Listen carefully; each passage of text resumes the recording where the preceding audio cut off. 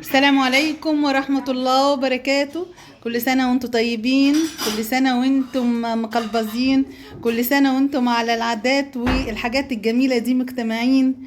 النهاردة الأكلة اللي كلنا مستنيينها بقالنا 30 يوم.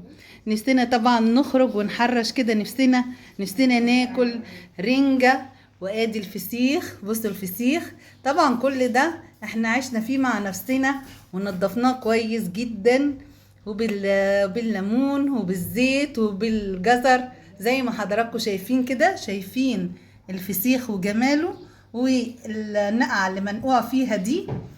وادي البصل، الحلقات الجميلة، الفولكلور المصري بيتكلم عن نفسه. وادي الرنجة اللي هي القطع، وادي الرنجة النسواز او سلطة الرنجة اللي احنا بنعملها كل عيد.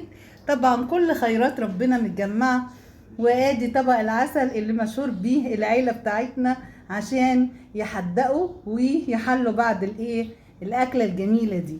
وادي البطارخ زي ما حضراتكم شايفين كده. وادي الطبق الجميل اللي كلنا ما نقدرش نستغنى عنه، البصل الاخضر الجميل بكل فوائده. وادي العيش. يلا اتفضلوا معانا. كل سنة وانتم طيبين، ربنا يعيدوا عليكم اعوام عديدة ودايما في خير ويمن وبركات. يلا دمتم في رعاية الله.